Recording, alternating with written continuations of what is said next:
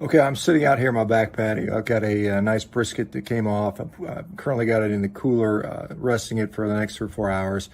And, we recently moved up to Washington and we are on 5 acres of land. It's really, really cool. It's really, really nice to be able to do that.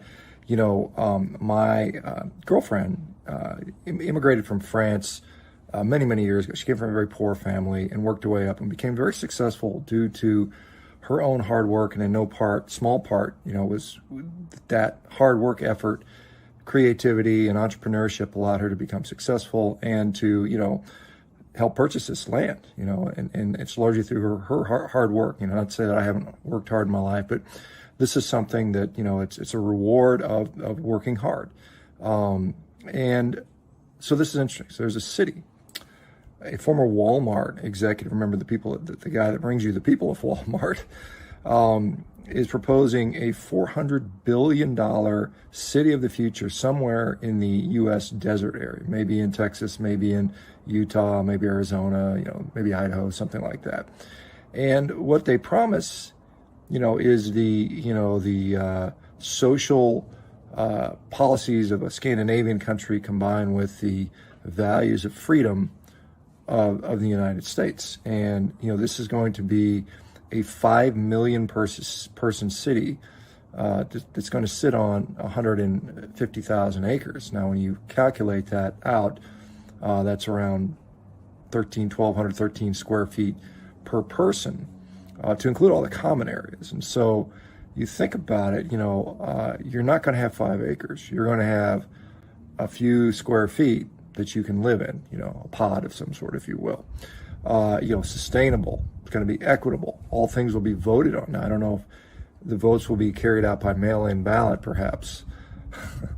But, they promise the shiny stuff, the beautiful new buildings, the hydroponic gardens, the robot-assisted living, the robots picking up your trash and doing some of your chores for you. So you are free to hang out and watch the latest entertainment. Of course, you'll be eating the sustainable food, which will be some sort of engineered food, probably will be calculated how much you need or how much you're allotted. You think about these billionaires, they go around the world and they see the poor, starving kid in Eastern Europe or India or Africa, and then they look around at the guy in Texas who's got a 4,000 square foot home on 10 acres. And they say, well, that isn't right. I'm going to make a difference. I'm not going to ask these starving people what they want. I'm going to tell them what they want. And I'm going to give them 1,000 square foot cubicle. And that guy in Texas, well, he's going to have to suck it up and he's going to have 1,000 square foot cubicle because my vision for the future is what counts, because I have all the money and control all the interest here. We're going to do what I say. And, all you people that are running up to Montana to buy your 100 acres so you can be sustainable, they're not going to let you do that. They're going to come after you. They're going to take your land. They're going to seize your assets, and they're going to move you into one of these little cities eventually. This is the dystopian future coming, and it's being sold as some beautiful thing that, everyone's going to be happy. What it's going to do is it's going to stifle all sort of creativity, all sort of desire to improve. You'll be giving your little cog at life. Sure, you'll be, reasonably comfortable. Certainly it'll be a diverse city, so we can all celebrate that. It'll be, you'll probably be using wearables that'll track your health and track all this stuff. And of course, you'll have all your vaccines, and, you'll be given your prescribed diet. And, perhaps the wearables will become implantables. I mean, that's certainly, the technology exists for that. And this is what the future, for what these people would like to see. They don't care about, you having the ability to purchase your own land. It's interesting. What they're doing on social media now, which is very, very frightening, is there are people that are homesteaders, people that are showing you how to be self-sustainable. They're not talking about anything else. They're saying, hey, this is how I acquire water. This is how I heat my home. This is how I build structures. These people are being censored. They don't want you to have that knowledge of how to be self-sustainable. They don't want you living out in the woods because they want that land. They want to take it from you and control it and have you live in the smart city so they can control every aspect of your life. I mean, this is coming. This is 10, 20, 30 years down the road. They're indoctrinating the children into this. Of course, another thing, there's guys called the Bearded Bushers. They've got a big YouTube channel. They're on TikTok. They've been banned from TikTok because they have the audacity to show them cutting up meat. Because you need to eat the bugs, bigot. Hey, folks, welcome. This is O-1, and I am your host, Bill, for the next hour or so. And I do say hour because I usually go for about 2. But, Bill's got stuff going on in his life, and he wants to cut down the streams a little bit and actually stream more often. So we're going to start shooting for hour-long streams, and I'll probably be streaming 4 days a week here is kind of the goal, so I can talk about different subjects, different topics, different whatevers. So appreciate y'all being here. I see, of course, we have our favorite anti-commie in the chat, as well as Shelly. And, guys, I wanted to wish you guys a happy Commie Day as well. I thought about making a video yesterday and just releasing it instead of doing a live stream. I didn't do it. Last year, I made a video about Commie Day, and if you guys didn't know, a bunch of people got blown up in Chicago about 100 years ago. And, in order to keep labor and business kosher, I guess, the government decided to give a holiday to commies. I don't know. In any case, I have a video about it I made last year. Just felt like not worried about it because most of you were probably at picnics, eating hot dogs and whatever else. And you didn't even know the Labor Day was about communism other than potentially because of the name. So I know Sniper streamed last night. I didn't catch it because I was busy doing other things. And I think Dawn streamed in the morning talking about Commie Day. So why do I need to stream when these guys are in my little sphere? So in any case, if you didn't know, that was Dr. Sean Baker. He's the big Meat RX guy. He's the guy that kind of brought carnivore diet to the forefront in the recent years. And he was talking about, having some land of his own. He said 5 acres. That's like nothing. But still, it's something. It's more, you can do a little bit with 5 acres, right? But he said 5 acres, and, he's talking about what they want to do, these mega cities and the corporations and whatever else in the future to control all of humankind, right? All of humanity.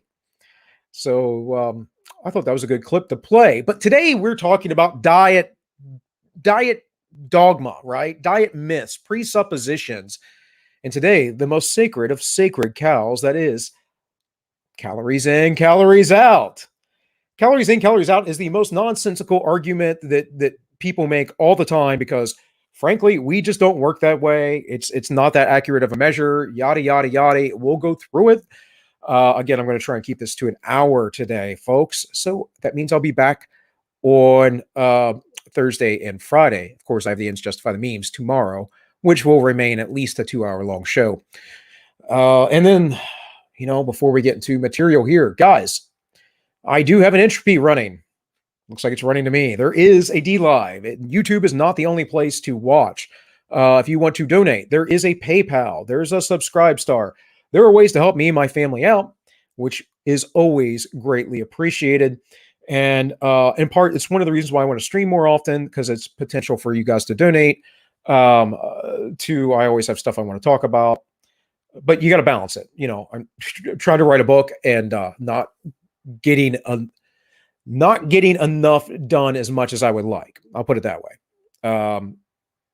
If it doesn't get done, doesn't get done. But continuing to think of other job opportunities and looking at one right now that might start talking to somebody.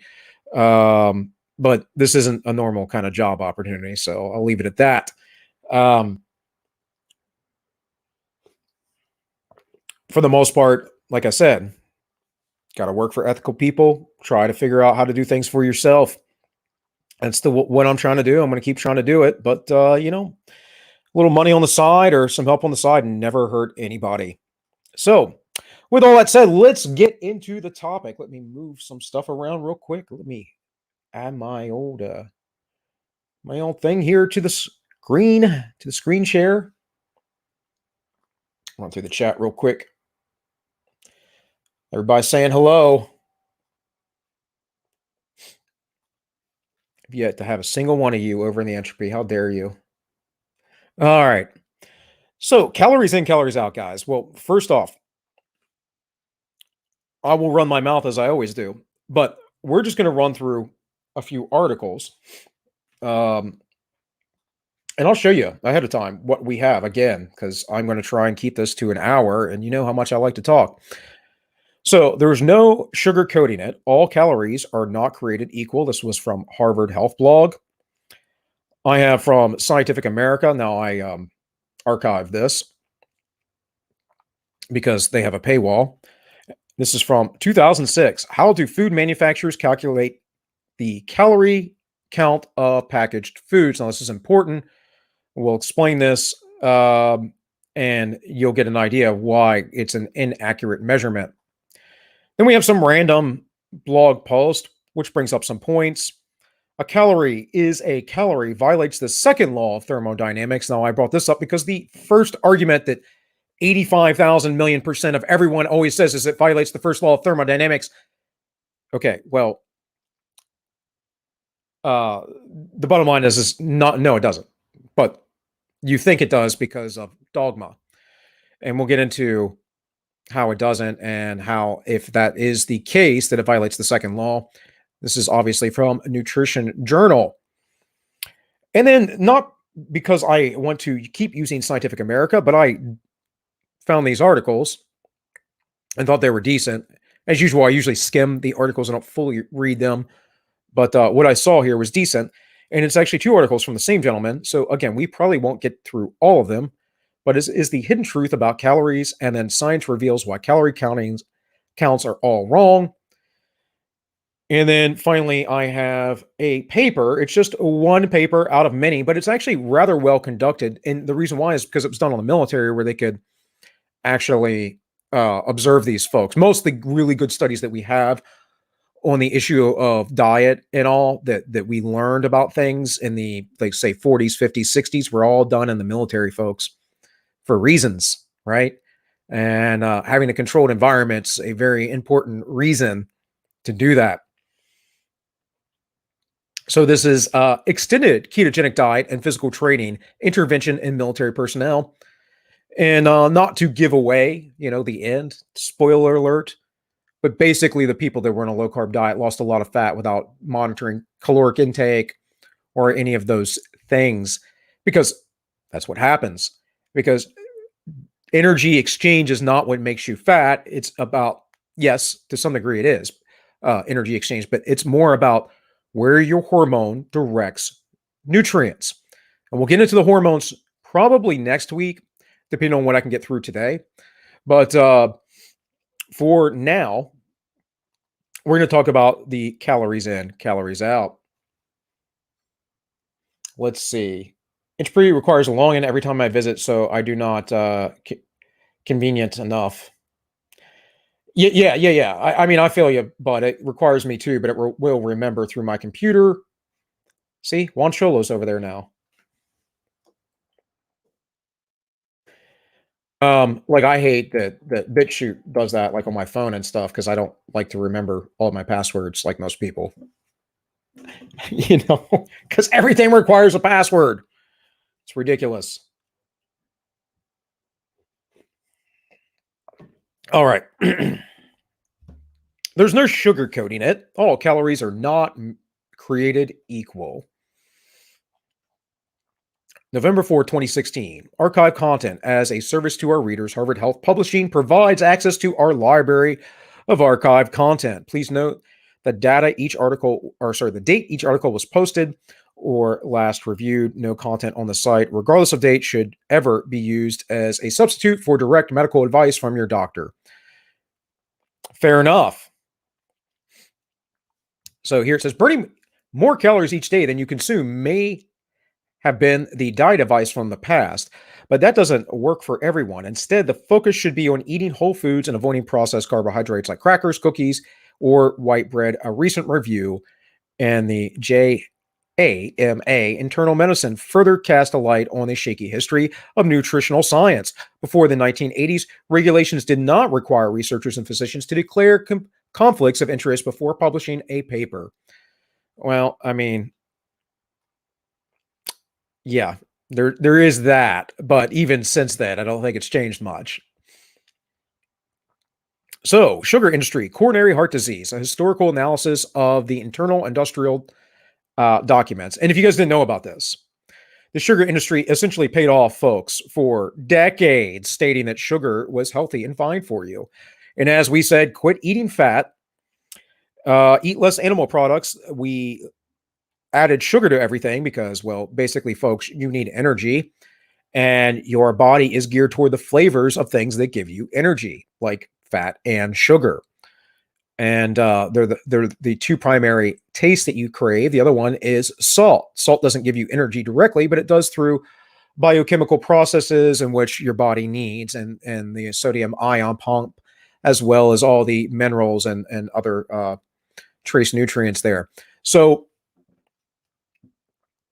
plain and simple, people started getting sicker as the sugar industry lied and fat and animal foods were demonized.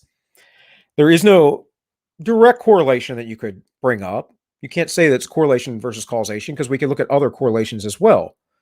But it seems pretty obvious, especially when this happened all across the Western world. It happened everywhere that adopted this plan of eating.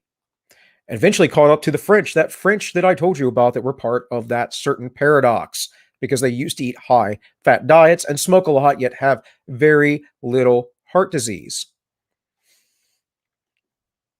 Are fat and cholesterol the dietary bad guys? A study funded by the Sugar Research Foundations from the 1960s found that cholesterol and fat were the main contributors to weight gain and responsible for an increased risk in coronary heart disease. These results kickstarted the country's decades-long consumption of added sugar. With fat removed, fat lost taste and appeal. So manufacturers added sugar to combat this. The country's intake of sugar in processed carbohydrates went up, while our intake of fat went down. Dr. David Ludwig, a professor of the Department of Nutrition at the Harvard T.H. Chan School of Public Health, says, overall, these processed carbohydrates are worse than the fats they replaced. Well, first off, they're not worse than the fats. The fats weren't bad. And sugar in abundance is bad.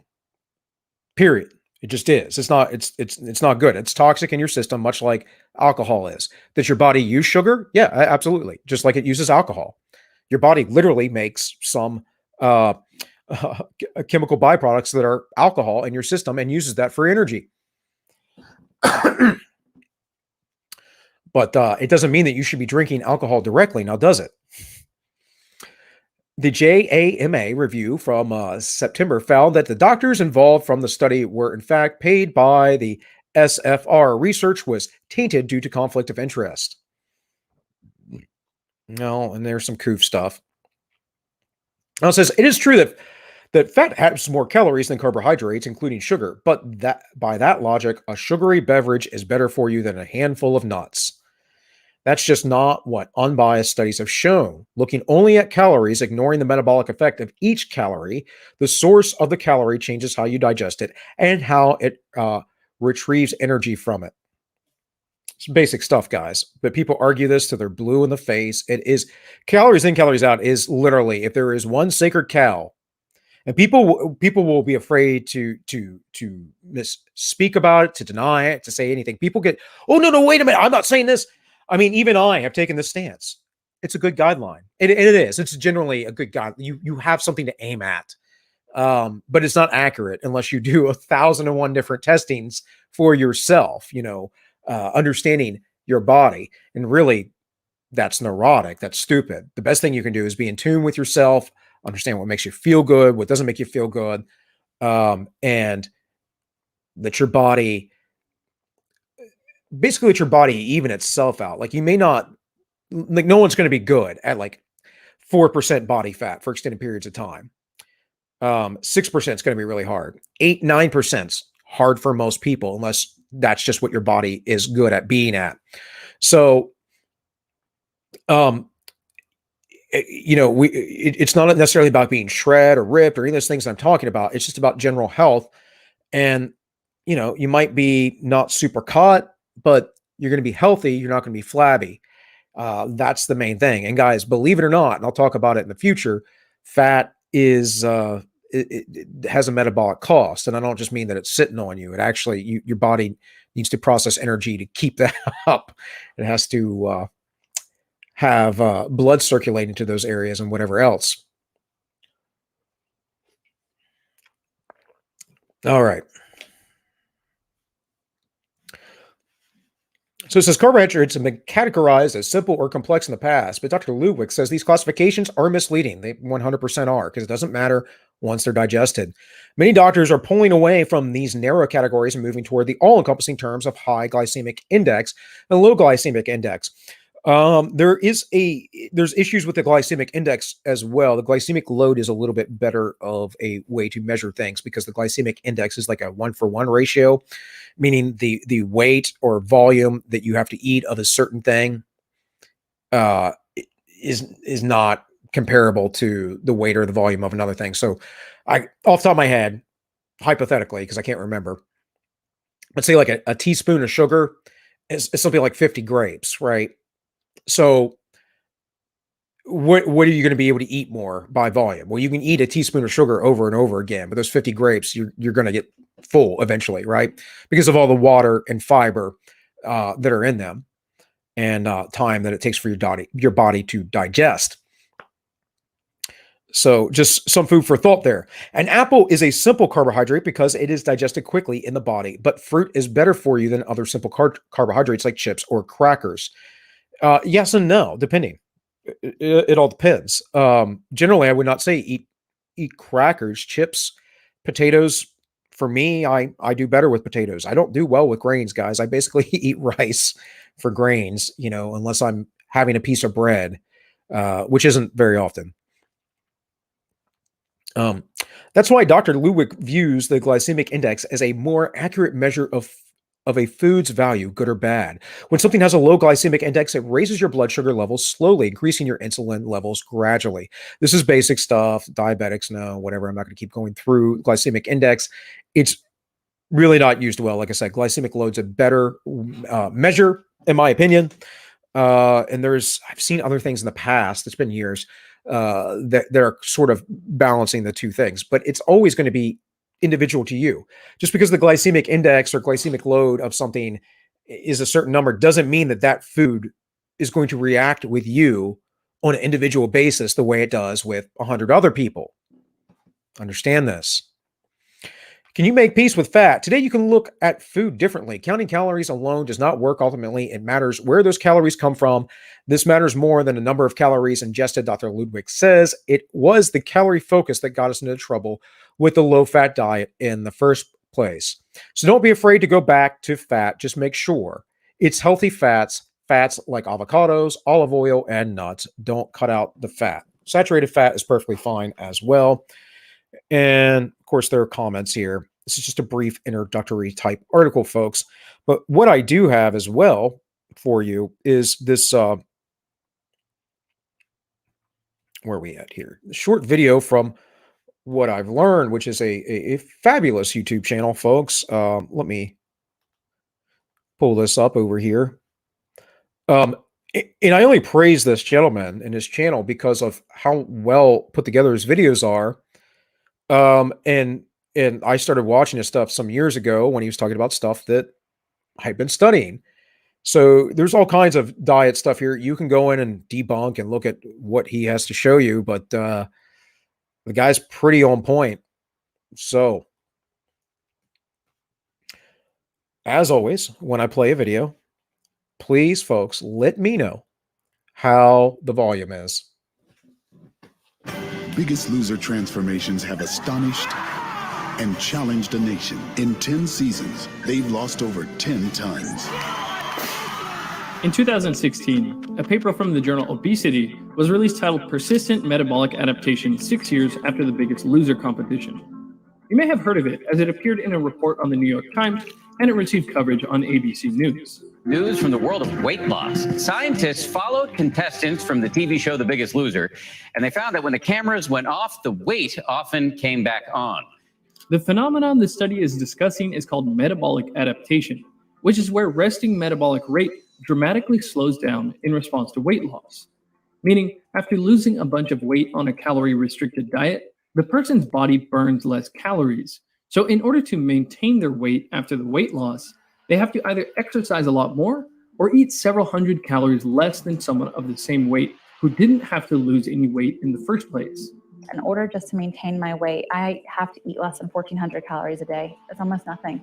I'm not full. And I find myself in a constant, well, maybe I shouldn't eat right now. And not only is the amount of calories burned at rest dramatically reduced in these people, they're objectively hungrier. A look at the hormones circulating in their bodies would show clearly that they have less energy and have more hunger than others of the same weight. As an October 2011 study in the New England Journal of Medicine says, caloric restriction results in acute compensatory changes, including profound reductions in energy expenditure and levels of leptin and cholecystokinin, and increases in ghrelin and appetite. Less energy expenditure makes you more lethargic. Less cholecystokinin means more hunger. Less leptin signaling means more hunger. And more ghrelin also means you're hungrier. Which, folks, all of this happens when we start getting into the biochemistry, which I'll do a whole thing about that at some point. All of this happens when you're eating sugars, carbohydrates, simple carbohydrates, in a very predictable manner. That's why you have your crashes, you have your upswings of energy, and then your crashes of energy, and then you get hungry. We all know it's kind of a trope, right? That you eat Chinese food and you're hungry an hour later because you're eating all those simple carbohydrates. Now, maybe you're not. Maybe you're eating Chinese food differently or whatever, Asian food differently, if you would. But the thing is that most of us know that if we eat something sugary, it makes us feel good at the moment, but then we're just hungry within an hour or two later. And the primary reason for that is because your body cannot burn that. It doesn't burn as a fuel within your system the way you think it does. It gets stored, it gets shuttled along, and immediately goes into muscle tissue, or it goes into the liver to be stored for potentially later, or it will turn into fat because, again, it doesn't have anywhere to go, and your body just can't leave a bunch of sugar floating around in your bloodstream. This is something that has been known in the medical and scientific community for almost 20 years. If you take two individuals, both weighing 200 pounds, the person who's lost weight at 200 pounds has a slower metabolism, they burn fewer calories, they are hungrier than a person at the same weight. So what do we do? This is something I've discussed in other videos of mine, so I won't get into it too much, but we know that people's hunger actually decreases when they eat nothing rather than restricting calories, thanks to ghrelin levels decreasing the longer people fast. So he might bring this up here, I don't recall, but as you fast as well, your growth hormone secretion increases, and for a period of time, for men, your testosterone increases. Growth hormone increases exponentially, though. It's insane. You're producing like 200 to 400 times more growth hormone within, I think, 4 days, 5 days of a fast. It's nutty. Growth hormone, if you didn't know, is one of your primary fat burners. It allows, again, other hormones to activate in your body and release fatty acids from your tissues. If you didn't know this, folks, you're born with however many fat cells you have. They basically fill up, they deflate, more or less. At least that's what I understand. So, important, right? Fasting or eating, giving time between meals, time restricted feeding or intermittent fasting, all very important tools to keep yourself at a healthy weight. And if we look at this as we did before, again, I wasn't last week trying to say we have to eat a certain way. We have to eat like our ancestors, exactly like them. That wasn't the point. The point was we can see all these more traditional primitive style societies, and what did they eat? Well, the primary food that they ate was meat, was animal products, especially ruminating animals, red meat. Primary source of food. Bottom line, they ate berries and mushrooms and some tubers and other stuff as well. But something like 60 to 70% of their calories came from animals. And so that should still be a high portion of our diet, bottom line. To think otherwise is just silly. And ironically, while eating less slows down metabolism, eating nothing raises metabolism. As this study shows, resting energy expenditure actually goes up while fasting. But prolonged fasting is obviously not always the best choice. Luckily, intermittent fasting and low-carb or ketogenic diets get you to a similar physiological state that keeps your hunger hormones in check while you lose weight. This study has found that a ketogenic diet can prevent the hormonal changes that cause people to be hungrier after weight loss. People's subjective experience of hunger and levels of the hunger hormone ghrelin were lower on a ketogenic diet. Why is that? Because ghrelin is suppressed with protein intake. This is well established in the literature as well. High protein intake suppresses your appetite. It's not the fat, it's the protein. However, I guarantee you'll get that rabbit starvation that maybe some of you all have heard about. You'll get that feeling of sickness if you eat too much protein and not enough fat. And you also potentially overmethylate, which is why you need like things like bone broth, glycine, other stuff to quell the methylation. And again, I'll do a whole thing about that. I'm not going to get into it now. Essentially, there are psychological issues if you overmethylate. So I'll put it that way. So this is one issue if you eat too much lean protein, too much meat, that you're not getting, like, say, other collagenous food into your system, bone broth and other things, other sorts of amino acids that you need in order not to do so. In any case, let's continue. This kind of information reveals how important hormones are when it comes to effective and sustainable weight loss. For example, it's been known for a long time that the hormone insulin promotes the accumulation of fat. Given all this, why are so many health experts and people in the medical establishment so focused on calories as the primary focus for weight loss? Why isn't the focus to eat in such a way that modulates your hormones to where you store less fat, burn more fat, and be less hungry? It might be a simple case of first come, first serve. Most historians would consider the 1860s to be the birth of modern nutrition. This was around when German researchers pioneered the use of room-sized devices called calorimeters. This allowed them to measure precisely how much energy humans or animals expended under different conditions.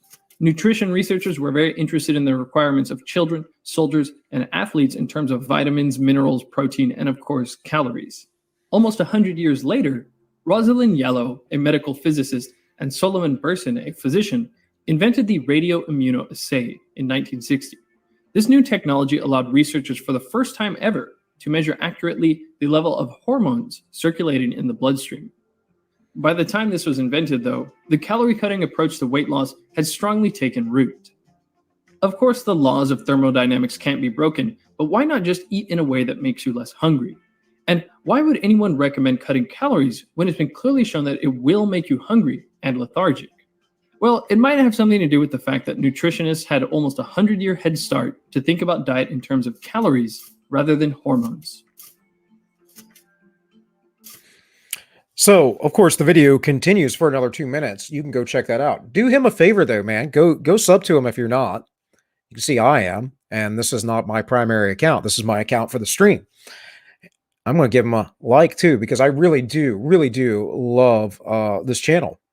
And no wonder why. I almost got 2 million subs. I would do this if I could video edit. So you can see, though, the case there being made. So let's go here to how do food manufacturers calculate calories on a package? And real quick, Matt, I didn't quite get, I was trying to read your stuff there. I didn't quite get what you were saying at first, but yes. So ethanol, okay. From what I understand, ethanol is wanting to be used because there are vast amounts of corn subsidies. Why?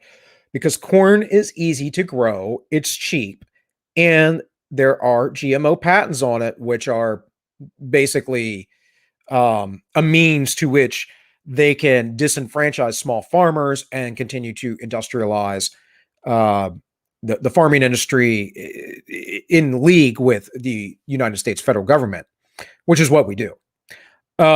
So corn and soy are our two major products.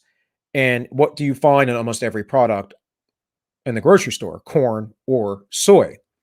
So ethanol is just another means to expand that. It's poor agriculture because they don't do proper crop rotation. They don't let the ground rest. Biblically speaking, every 7 years you let the ground rest. You rotate your crops and you let it rest. This is well known in agriculture, but we don't do this because we think we can science our way out of everything. See, if you're like my age, I'm in my 4th decade, then you maybe some younger folks remember this, but you used to watch like all the old Hanna-Barbera cartoons and the Jetsons, right? And you remember the world of the future. I grew up still watching black and white analog TVs with the click dials, and you press the hard button, and there's a hard click when you press the clicker. So rotary phones, all that stuff, right? There's all this, the world of tomorrow. Epcot and Disneyland is the world of tomorrow. And we thought that we were going to literally engineer ourselves by this point in time. We still do. I mean, this is what all the futurists believe. But we thought we were going to engineer ourselves into having some sort of perfect diet. So there was a drink company a few years ago, I think called Soylent, might still be around. So it's a pun off the movie Soylent Green from the 70s, right? Where they are, spoiler alert, folks, eating humans. Is pretty obvious from the trailer. But in any case, they try to make this completely balanced drink with all your essential nutrients, which we'll talk about essential nutrients sometime in the future. These are the nutrients that your body can't synthesize. So you need exogenously meaning coming from the external environment. You can't synthesize them. You cannot make them internally, right? They were trying to use this drink for folks, and there were, I think, a few folks who tried to just live off this thing, and they basically just had diarrhea all the time because it's a liquid product. So, I got an 11-week-old who, basically has liquid poops right now because all she drinks is her mom's milk. But the point is we think that we're going to engineer these things, and we're going to make something better than nature, and we're not. This is all just part of the grand hubris of man believing that he can or she can control everything. Let's see, I see Shelly put something up here. So not only that, my husband says that that it biodegrades in weed eater, lawnmower, etc., and gas. Okay, you're talking about ethanol. Yes, it absolutely does.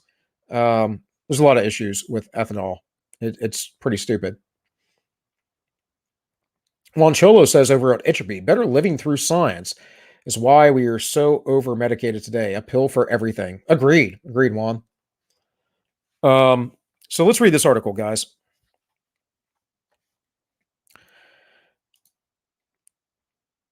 This is from Jim Painter, an assistant professor of food science and human nutrition at the University of Illinois. He explains, in order to answer the question, it helps to define a calorie.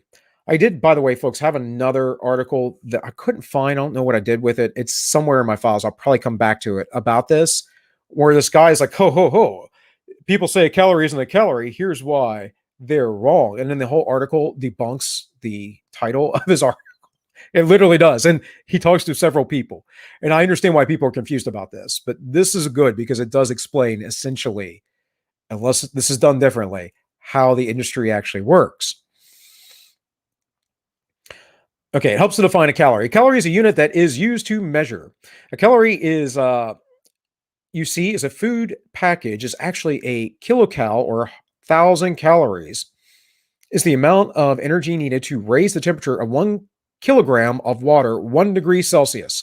So first off, your body doesn't work that way, right? Period. It's just not how we're using energy. We do use mechanical energy in our body, but there's also chemical energy. So those are the two primary systems. And really, when we talk about energy systems, people get into it. It's a whole nother thing in sports science, but you're just talking about spectrums. You're not really, they're actually all part of the same system. It's just a spectrum in which they're different gears. I'll put it that way. It's like driving a clutch, folks. Different gears. All right. Sometimes the energy content of food is expressed in kilojoules, a metric unit. 1 kilocalorie equals 4.0 184 kilojoules. So the calorie on a food package is 1,000 times larger than a calorie used in chemistry and physics. The original method used to determine the number of kilocalories in a given food directly measured the energy it produced. The food was placed in a sealed container surrounded by water, an apparatus known as a bomb calorimeter. Sorry, I'm always going to be able to pronounce that word incorrectly. And yes, I know what I just said. Always going to be able to pronounce that word incorrectly. Because for some reason, I just can't say it the first time right. The food was completely burned, and the results raised in water temperature was measured. This method is not frequently used today. Nutritional Labeling and Education Act of 1990 currently dictates that information is presented on food labels. The NLEA requires that the calorie level placed on a packaged food be calculated from food components. According to the National Data Lab, most of the calorie values on the USDA and food industry tables are based on an indirect calorie estimation made using the so-called Atwater system. So let me make sure you understand that.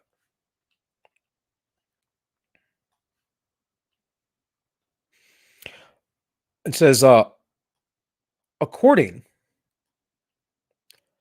to the National Data Lab, this is, the nutritional labeling, whatever that we just talked about, I just read here, most of the calorie values in the USDA in industry food tables are based on an indirect calorie estimate made using a so-called Atwater system. So it's an estimate.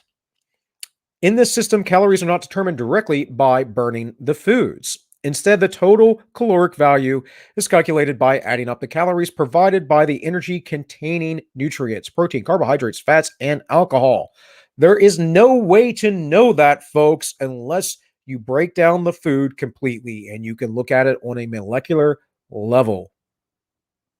You just don't know. 1 4-ounce piece of chicken breast versus another 4-ounce piece of chicken breast are not equivalent, even though the weight's the same. One might have more fat, one might have more lean tissue. You know this if you ever buy steak. Some have more marbling in them, some do not.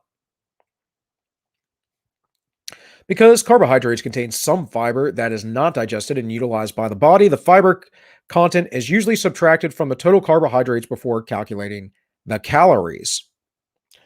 If you say so, the Atkins method, I know, would have you take that out, your insoluble fibers. It would have you take out, even the water soluble, because you can't digest them, but it would have you take out the fiber and from the carbohydrate count. Most people aren't aware of that when they look at carbohydrate counts either, that you're not using fiber as energy. We can get into the whole protein thing. You're not using that as energy either, folks, but I think that will take a whole hour upon itself. The Atwater system uses the average values of 4 kilocalories per gram per protein, per carbohydrate, and 9 per fat. Alcohol is calculated at 7. Those numbers were originally determined by burning and then averaging. So not only is your food estimated by, the Atwater system, but it is also the original numbers in the first place were averaged out. So one might have been way over here at, 1,000 per gram, and one might be 1 per gram, and everything in between averaged out to the 4, 9, or 7 number they get. This is calories in, calories out, my friends. Are you starting to pay attention yet? Are you beginning to understand that this is not very scientific? These numbers were originally determined by burning them and then averaging them. Thus, the label on an energy bar that contains 10 grams of protein, 20 of carbohydrates, and 9 of fat would read 201 calories or kilocalories. A complete discussion on the subject and the calories contained in more than 6,000 foods may be found at the National Data website at I believe I tried to go to this and it would not let me, but I'll do it right now. Let's see if I can. Let's see. We'll use the DuckDuckGoes. That might have just been down that day. Cool. So here, right, from that article, I'll go back to the article to the top so you guys can see. How do food manufacturers calculate the calorie count of packages? You get this link, and this link for the National Agricultural Library will give you those estimates. Now, guys, I do pay attention to food labels and stuff. I'm more generally worried about the ingredients. But I've been paying attention to that stuff for, I don't know, 15 years or more. When you look at those labels, often you'll find if you start adding up things, even nutritional labels at, like, say, your fast food restaurant, right? You'll find that they don't come to equal what they suggest they equal to. They miscalculate them all the time. I read one article, the one article I wanted to bring up that I couldn't find. I don't know where I stored it at, but it's somewhere. So I'll bring it up a time later. Talked about thermogenesis, which we'll get into when we talk about protein. So hopefully I'll have that article then. And it said that those things are already calculated into those calorie counts. And I'm like, this is the first time I've ever heard this in my life. So again, it's kind of like mysterious and shrouded other than the dogma. If you just believe the dogma, the scientism, the authority, then you're good. And I'm telling you, this is the most sacred cow that you can talk about. People talk about studies. Well, there is this study where they compared someone who ate nothing but Twinkies, or the guy that lost weight who ate Twinkies. So what? I bet he would have done better. I guarantee you, he could have ate all the Twinkies in the world, and I could have fed another person the same amount of calories and just fed them steak. And the person who just ate steak would have came out like ripped and lean than Twinkie Man. It's not about the calories. It's about where they go and how your body directs them. Not to mention, some people are really carb tolerant. Really carb tolerant. Oh, hey there, Holly. Thanks for joining us. Hope I'm feeling better. I wasn't sick, Holly, did I say that I was sick? Holy cow, entropy just lit up. Anti-commies finally here. I've yet to see any mandatories. Oh, there it is. Okay, that's the first one. I'm reading backwards there. Second, ethanol is so fantastic. Imagine a fuel which requires more joule input than you can get out of it. Yeah.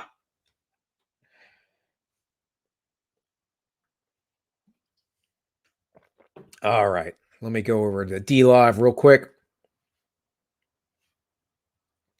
Did get a new follower and Dude Man 76. What's up, brother? Thanks for following. Oh, my post on Friday. Yeah. No, I was exhausted. It was bad. It's like up at 4 a.m. I was annoyed too. I was really annoyed. My wife, she's tired. She's sleeping, whatever. But I asked her to do something. Like, I asked her to turn off a light, and she basically just fell asleep, and it pissed me off.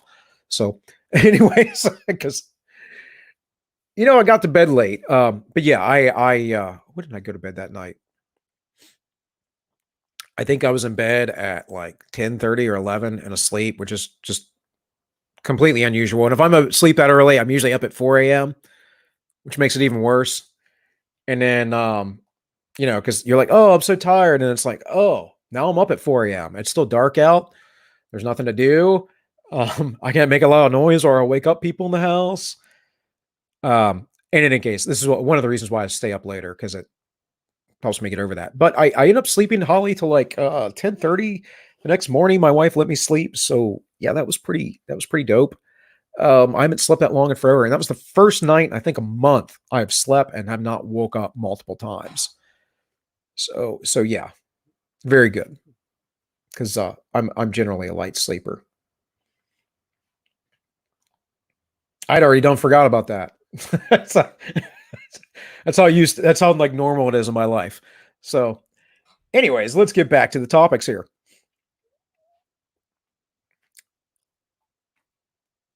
So let's see here. So that was the end of that. Let's go to the next one I want to talk about. So this is a little blog post. Looks like we're doing pretty good on time. It might run a little bit more than an hour, but I probably won't be too late today, guys. It's going to be looking weird on your screen, but is what it is. As the argument goes, the law of thermodynamics proves that if you burn more calories than you consume, you will lose weight. I blogged about this in general, non-sciencey way here. Today, I'll give you the exciting science to prove my point. Stick with me, though. I promise to make this interesting. So, that reads weird, but whatever. It says that's the argument that I hear most of the time when I tell people that I eat well and work out a lot and I'm still fat. They call me a liar because the science behind the law of thermodynamics, they say, is simple, complete, and irrefutable.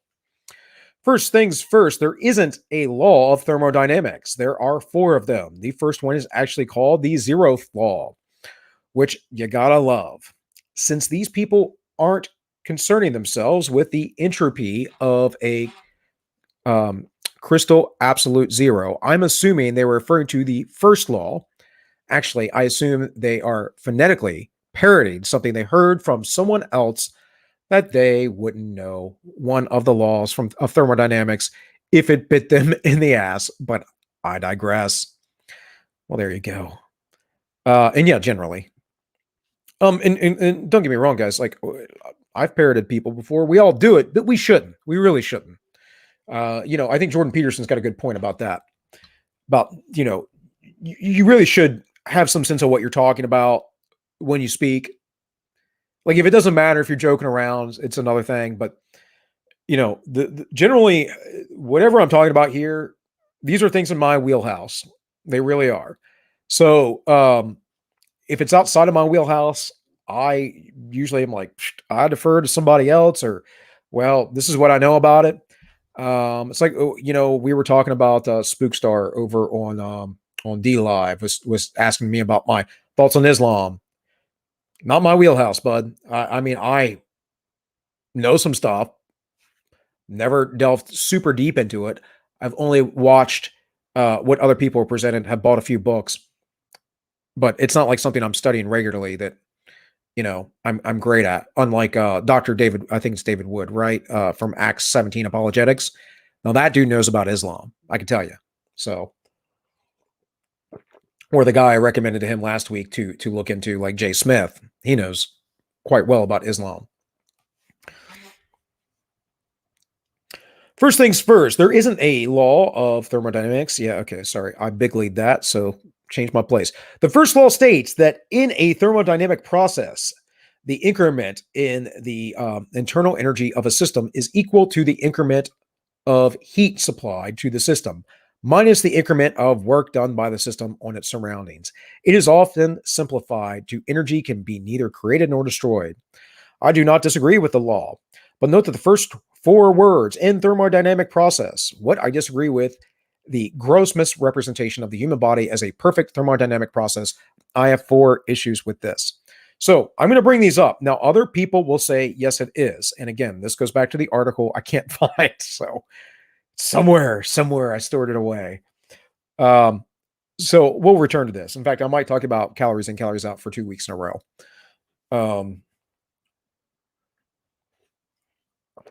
It assumes that there is no option for calories other than to be burned or stored. Right. Number 1, first problem.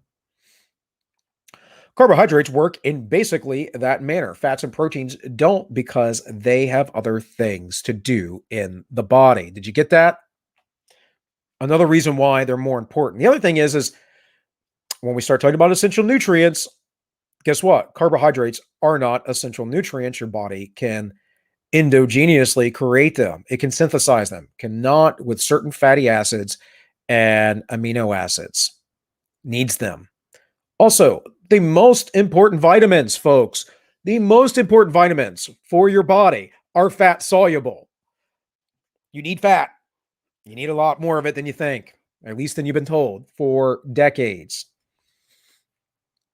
Protein does everything from building muscle cells to repairing cell membranes. Fat transports non-water soluble nutrients around insulated neurons and can also be used to repair cell membranes. Fat and protein can also be broken down and recombined into whatever the body needs. Eat a steak and your body might use it to make a cell membrane. That delicious Alfredo sauce might be used to produce insulate neurons in your brain. I don't know why I remember this, but my physics teacher told us that if fat and protein are to the body what wood is to us, you can burn it for fuel, but you can also build a house with it or make it into a piece of paper. At any rate, the calories and proteins and fats used in this manner are neither burned nor stored. So we have our first hole in the calories in, calories out equation. Issue number 2, it asserts that basal metabolic rate is easily predictable and stable. It is not predictable and stable. Now, we saw in the video that I showed from what I've learned that we know that when you lower your calories, your metabolism will lower too. So this is basic stuff. It's pretty well established. However, if you quit eating, your metabolism does not slow, even though many experts will tell you to be afraid of fasting, which is absolutely absurd.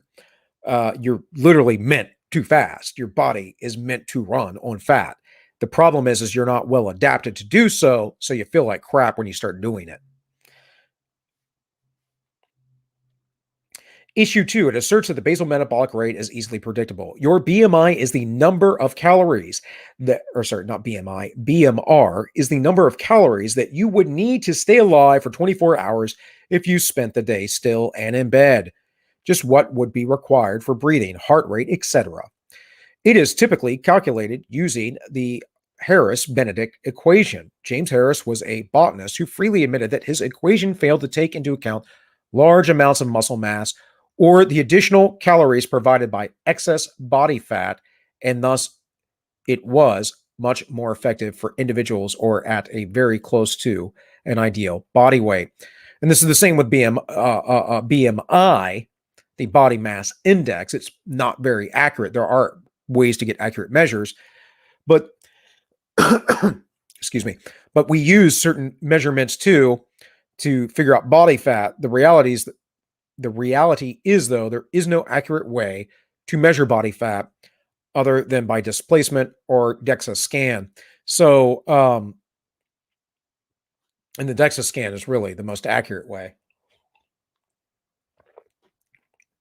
So these are more recent technologies and not what are generally being used by folks. It is well documented that BMR responds to decreased caloric intake by slowing down. So if two friends have the exact same Harris-Benedict score, but one has been dieting, then the dieter will actually burn less calories at rest than his friends.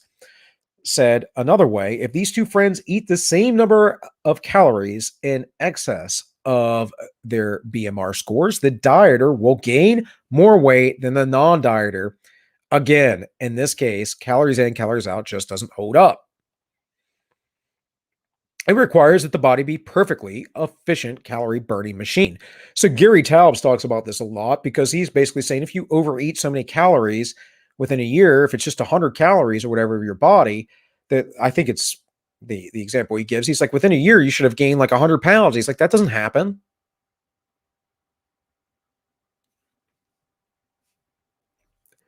Because calories in, calories out, folks, is an oversimplification. The best it can do for you is give you a general guide, a guiding point, a starting point.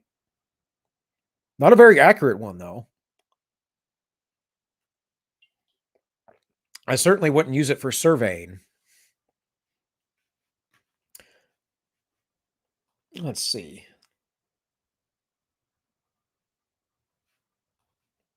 All right, just want to run the chat there real quick. Look at it. All right. So perfectly efficient calorie burning machine. Not so much. The second law of thermodynamics explains about entropy and how systems are never 100% efficient. Here he's got an edit. As a commentator pointed out, entropy only applies in a closed system, which the human body is not for the reasons mentioned below. So this is an argument within this sphere, by the way. Is the body a closed system or is it an open system? It's very obviously an open system. we can add external stimulus to it all the time. But there are people who study this stuff who believe it's a closed system. I don't know how. And they say, well, once it's in your body, it's a closed system.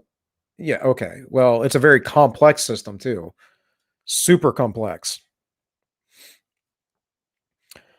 If it was a simple closed system, I might agree with them, but it's not, you know.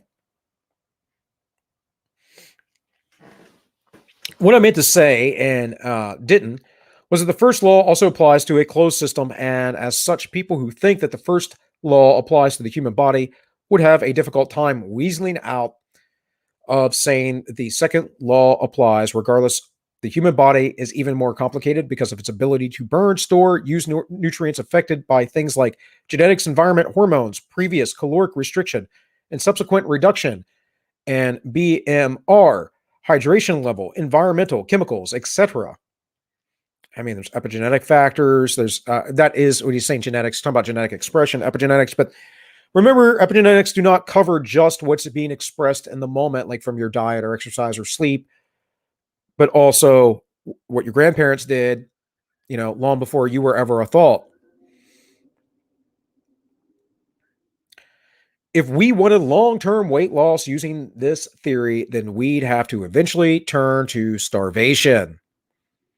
If we wanted to use a calories in, calories out effectively, knowing what we know now about entropy and how decrease in caloric intake causes decreased basal metabolic rate, we would have to keep decreasing our calories and increasing our exercise until eventually we would be following disordered eating patterns. It would be the only way to stay under our ever plummeting BMR. Yeah, and it says perhaps this is why 95% of intentional weight loss efforts fail. They fail because people start with faulty premises and go after certain things, and then when they're told good information, they're told, "Oh, don't do that. That's harmful." You know, like suggesting, no, I'm not giving anyone medical advice, but suggesting that you fast. People will say, "Oh, that's harmful." You know, I do at least 1 week-long fast every year at the end of the year. And I usually dry fast, folks, meaning no water for a day or two within that. Usually I try and do 2 days, but last year I stopped at just shy of 2 days. Only because of social engagements, essentially. It was like 36 hours instead of 42 or something like that. So perfectly fine. There are people that do it for much longer than that. Not saying that you need to do that, but it's the mindset of fear. It's the mindset of comfort. It's the mindset of trust the experts. It's the mindset of enslavement, folks. Bottom line. Bonus issues. Your friends who eats everything in sight and never gains weight. Everyone knows somebody like this. Yeah. And most of us know this from our youth. I was this guy. Unfortunately, my parents fed me so much junk when I was a kid. Like so much junk. It was ridiculous. And lots of soda, lots of chips, lots of ho-hos, ding-dongs, Twinkies, whatever, all the time. Now, dinner was always like a traditional, like protein, starch, kind of, whatever meal. But breakfast was, cornflakes, all that kind of stuff. I actually think I probably would have been taller and broader, larger. I look at my dad, I'm taller than my father, but he's got grew up on a farm when he's younger. And I can tell you, he's got a thicker skeletal structure than I do, bigger head. So I honestly think that that's because I wasn't getting enough protein when I was young. And that high ability to tolerate carbs came out of price because at a certain point in my age, I actually was hyperglycemic. So like, hyperglycemic. Yes. So, which can lead to diabetes or whatever, but it's kind of like the other end of the spectrum. And I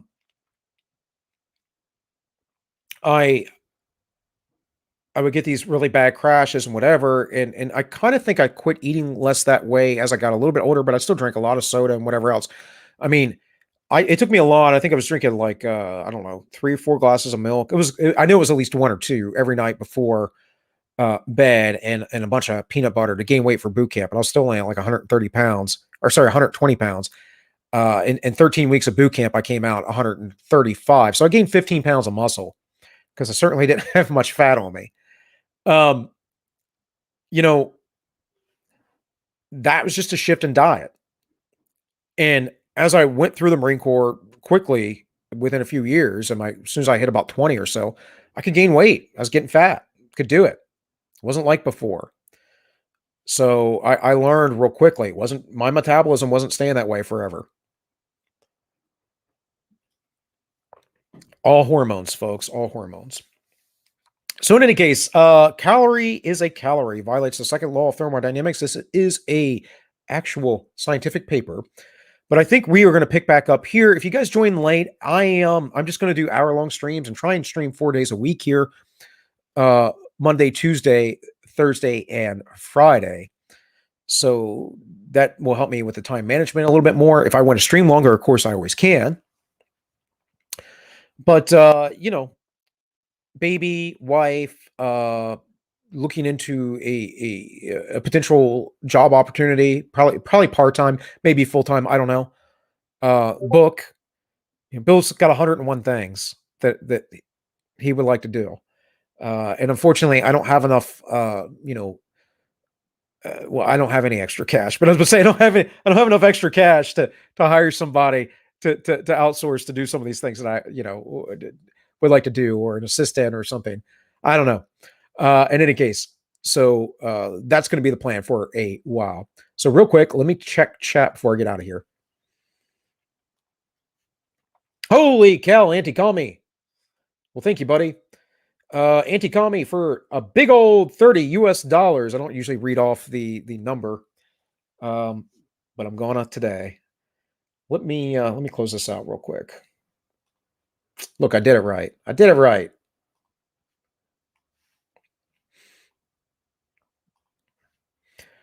So he says the body isn't stupid. Protein good for cell wall construction. I'll rip that out of your gut and shuffle it to your muscles after lifting a heavy day. Enzymes close to bike, shuffled to the liver to get processed into bile. I.e., if you're 5'6" there with food, why start from square one? Your body is lazy like humans are. Sure. Let's see, nothing over on the D lives. Let's see. Matt says, if you want to mass produce something, you have to be blind to this. And so you adapt a highly truncated, damagingly simplified picture of things. Hence this BS calories in, calories out chant. There you go.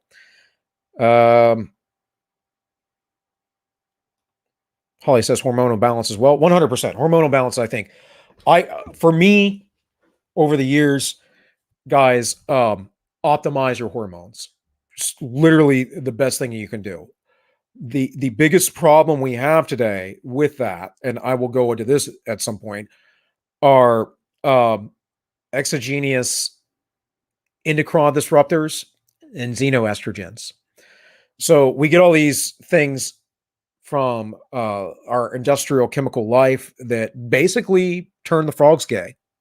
And they're not good for our young men. They're not good for our sperm count. There are some scientists that believe that we will be infertile in some odd years, and everybody getting the jab too. Who knows? Who knows? Not saying it does that, YouTube, just saying. Who knows? We don't know what the long-term consequences of all this is. What is the case that I do know, and I'll see if I can find some paper on this, some studies, because I've read this stuff in the past. This is a problem with the industrialized world, not with more primitive societies living in cleaner environments. So when I say primitive too, in this case, I'm not talking about people that live hunter-gatherer style lives necessarily, but maybe a lot of people living in isolated areas in South America, like maybe, some tribal people in Argentina or something like that. They're just not having the same amount of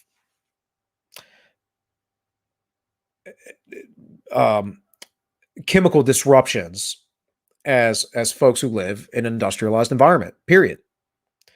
So plus we have this aversion to sweat and do a lot of things that we're supposed to do that helps basically get toxins out of us. So there's that. Matt says obviously not a static or closed system. Yeah. All right. Well, that's kind of it for chat. I know I'm not going to have a huge amount of chat because you guys are all at work. Anti-Commie says, I like how you covered all that after I sent it. Yeah, I didn't even see it, buddy. But that's how it goes. Appreciate the donation, though, partner. And you guys, believe it or not, between this and the Ends Justify the Memes, are providing me with a small little amount of monthly income right now. So I appreciate that. It's taken me a year to get here, but I never expect this to pay all my bills either. Don't get me wrong. But it's helpful. It's helpful, especially with the little one. So as a woman who's premenopausal, I guess I'm pretty sure that's what you meant to write there. And as a hypothyroidism, hormones are key. I balance with intermittent fasting, weight training, etc. Yeah, I always go check out Christopher Walker, I think. I've been following his stuff for a long time. Now, he sells a bunch of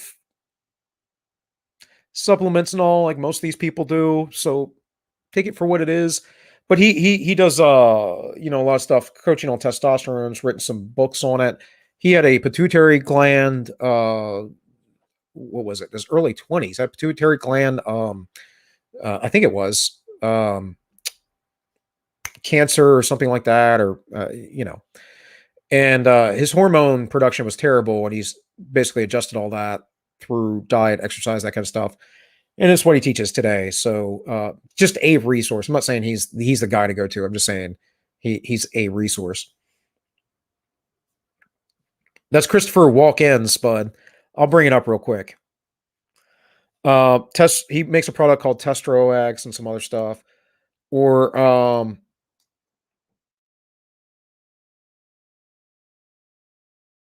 what's this? Let me think. Anabolic Man's the site I'm thinking of.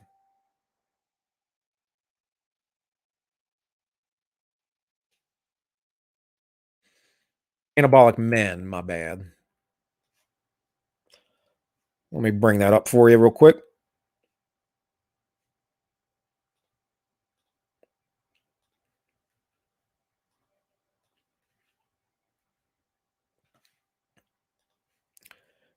So some of his stuff's here. Now, I'm not saying everything on here is 100% accurate. These guys aren't into the low carb stuff. And there is data that low carb diets can lower testosterone, but again, adaptation for how long, over what period. Do you need that much testosterone? Even Dr. Sean Baker that I played at the beginning at this has a lower testosterone potential level. The guy's also like 250 pounds and ripped. I mean, he's a big dude. Doesn't matter. He says he wakes up with with the old morning salute every day. So again, it's a lot of this has to do with hormone receptors as well and how sensitive they are. So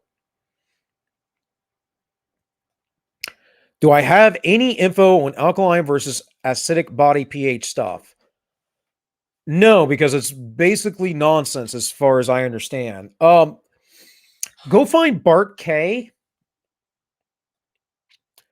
Whether you agree with what Bart K has to say or not, that's something else. But I do like this stuff, and I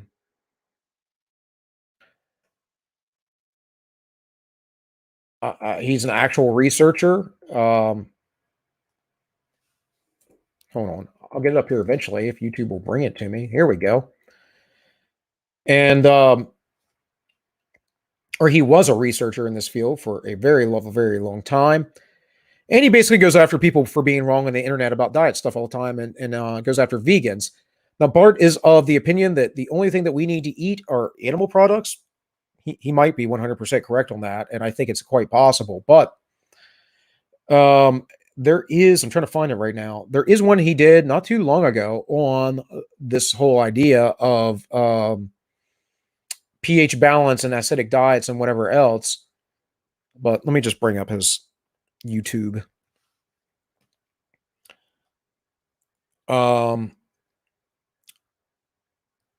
So yeah, somewhere in here, right here, calories in, calories out, debunked.